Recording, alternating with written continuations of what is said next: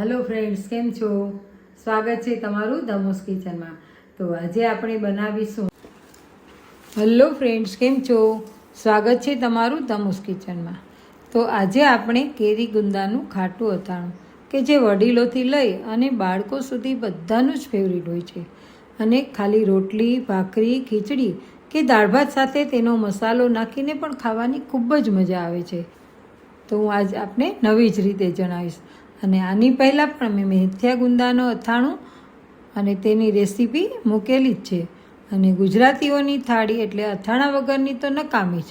આપણે એક થાળીમાં બધા જ અથાણા વાટકા ભરીને કાઢતા, કેમ કે આ તો 40 વર્ષ પહેલાંની વાત છે। અત્યારે તો અથાણા મસાલિયા બધું આવી ગયું છે, એટલે આપણે તેમાં કાઢીએ પહેલાં વાટકામાં કાઢતા અને જમવા બેસતા। ત્યારે ખાવાની બધા ભાંડેડાને કે સગાવાલા મહેમાનને ખૂબ જ મજા આવી જતી। તો જો આપને આ વિડીયો પસંદ પડે તો વિડીયોને લાઈક, ફ્રેન્ડ્સ ફેમિલીમાં શેર જરૂરથી કરજો। તો ગુંદા કેરીનું ખાટું અથાણું એ ઉનાળાની તો ખાસિયત છે અને એમાંય ગુંદાની ચીકાશ દૂર કરવી એ એક મુખ્ય કળા છે। તો ચાલો આપણે બનાવીએ ખાટું અથાણું।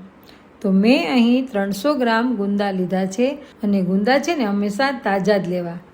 મેં તો જો કે અથાણું બનાવી લીધું છે, પરંતુ ગુંદા હતા તો મને થયું કે લાવ આજે અલગ અથાણું મૂકી દઉં। તો સૌ પ્રથમ ગુંદાને ધોઈ અને સાફ કરી અને કોરા કરી લીધા છે। હવે વજનદાર વસ્તુ કે દસ્તા વડે ઠપકારતા ગુંદાની ફાળ થશે। જો એ આખા ગુંદા રાખવા માંગતા હોય તો તેમાંથી તમારે ચપ્પા વડે અથવા તો ગુંદાની દાંડલી વડે નમક નાખીને ઠળિયો કાઢી લેવો। મેં એ ગુંદાના 2 ભાગ કરેલા છે, એટલે કે 2 ફાડા કરેલા છે। અને જો ચીકાશ હાથમાં ચોટે ને તો મીઠાવાળા હાથ કરતા જઈએ તો ચીકાશ છે ને એ ચોટશે નહીં। તો ચીકાશ છે ને એ નમક વગર તો જતી જ નથી। હવે આપણે ગુંદાના 2 ભાગ કર્યા છે, તેમાં નમક વેરી દેશું જેથી કરીને ગુંદાની ચીકાશ તેમાં નીકળી જાય। અને ત્યાં સુધીમાં આપણે કેરીને ખમણી લઈએ। તો મેં એક મીડિયમ સાઇઝની કેરી ખમણી લીધી છે અને મેં તેમાં નમક અને થોડી હળદર નાખી અને મિક્સ કરી અને એક બાજુ રાખી દીધું છે। હવે આપણે મસાલો તૈયાર કરી લઈશું। મસાલો તૈયાર કરવા માટે મેં છે ને એક પોળા મોંવાળું વાસણ લઈ લીધું છે અને તેમાં મેં અડધી વાટકી રાઈના કોરિયા, પા વાટકી મેથીના કોરિયા અને 4 થી 5 ચમચી વરિયાળી લઈ લીધી છે અને 1 ચમચી કાળા મરી। તમારે કાળા મરી નાખવા હોય તો લેવાના, નહીંતર સ્કીપ કરવાના। 1 ચમચી હળદર અને વચ્ચે મેં 1.5 ચમચી હિંગ તેમજ 2 ચમચી નમક લીધું છે। નમક વધારે લેવું જેથી કરીને અથાણું છે તે બગડે નહીં। અને હિંગ છે ને તે સ્ટ્રોંગ લેવી। હિંગની સુગંધ છે ને એ બધા જ મસાલામાં સારી રીતે બેસી જાય છે। હવે તેલ ગરમ કરેલું છે અને સેતું ગરમ હોય ને ત્યારે તેલ છે તે હિંગ અને મીઠા ઉપર રેડી દેવું અને ત્યાર પછી 2 મિનિટ પછી ખોલી અને બધું જ મિક્સ કરી લેવું અને મસાલો ઠંડો થવા દેવો। મસાલો ઠંડો થાય ને એટલે તેમાં આપણે છે ને લાલ મરચું પાવડર ઉમેરીશું। તમે જે પ્રમાણે તીખું ખાતા હોય ને એ પ્રમાણે લાલ મરચું પાવડર ઉમેરવું અને પછી બધું મિક્સ કરી લેવું। મેં અહીં કાશ્મીરી મરચું અને રેશમ પટ્ટો ઉમેરેલા છે। જે કાશ્મીરી છે એ કલર સરસ આવે અને રેશમ પટ્ટામાં તીખાશ હોય।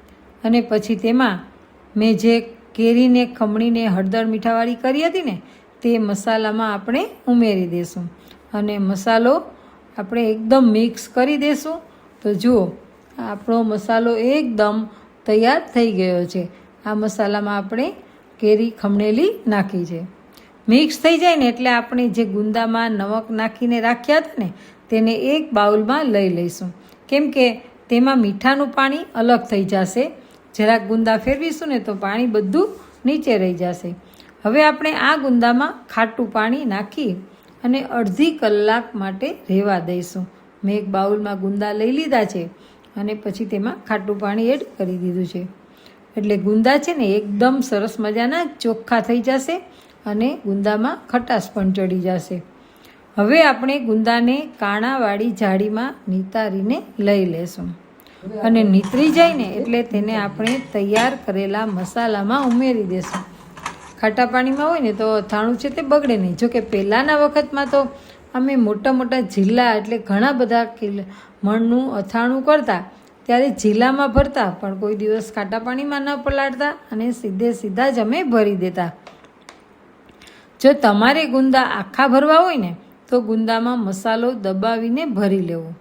હવે આપણે બધા જ ગુંદામાં મસાલો કોટ થઈ જાય ને ત્યાં સુધી હલાવી લઈશું, કેમ કે મેં છે તે ફાડા કરેલા છે. અને તો જુઓ, ગુંદામાં મસાલો એકદમ ચડી ગયો છે.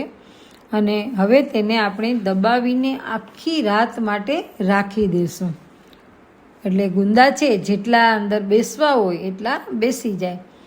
સવારે જોશું તો મસાલો ગુંદામાં એકદમ સરસ કોટ થઈ ગયો છે અને તેમાંથી તેલ પણ છૂટું પડી ગયું છે. હવે આપણે આ ગુંદા કેરીને કાચની બોટલમાં ભરી લેશું અને એને ભરી અને દબાવી દઈશું. અને પછી ગરમ કરેલું તેલ ઠંડુ થાય પછી બરણીમાં અથાણાથી ઉપર તેલ રહે ને તેમ ઉમેરીશું. કેમ કે જો અથાણાથી તેલ ઉપર હશે ને તો તેલ છે ને તે સીલ પેકનું કામ કરે છે, જેથી અથાણાને બગડવા દેતા નથી. માટે અથાણા ઉપર તેલ રાખવું, ડૂબાડૂબ રાખવું ખૂબ જરૂરી છે. જો ખાસ ધ્યાનમાં રાખવા જેવી બાબતો છે ને કે ભેજથી બચાવવા બરણી એકદમ કોરી અથવા તો તડકે સૂકવી લેવી. આખું વર્ષ ગુંદા સારા રાખવા માટે ગુંદા તેલમાં ડૂબેલા રાખવા. આ અથાણું 4-5 દિવસ પછી ખાવા લાયક બને, એટલે જેથી ગુંદા ચડી જાય અને મસાલો પણ અંદર સુધી ચડી જાય છે. અથાણું કાણાવાળા ચમચાથી જ કાઢવું, જેથી કરીને તેલ છે ને તે બરણીમાં જ રહે. નહીંતર તેલ છે તે આપણે જેમાં કાઢીએ છીએ એમાં પાછું આવી જાય તો એ તેલ પાછું આપણે બરણીમાં નાખી શકતા નથી. એટલે કાણાવાળો ચમચો રાખવો. જો આપને આ રેસીપી પસંદ આવી હોય ને તો વિડીયોને લાઈક કરજો, શેર કરજો અને મારી ચેનલ પહેલી જ વાર જોતા હોય ને તો ચેનલને સબસ્ક્રાઈબ કરી દેજો.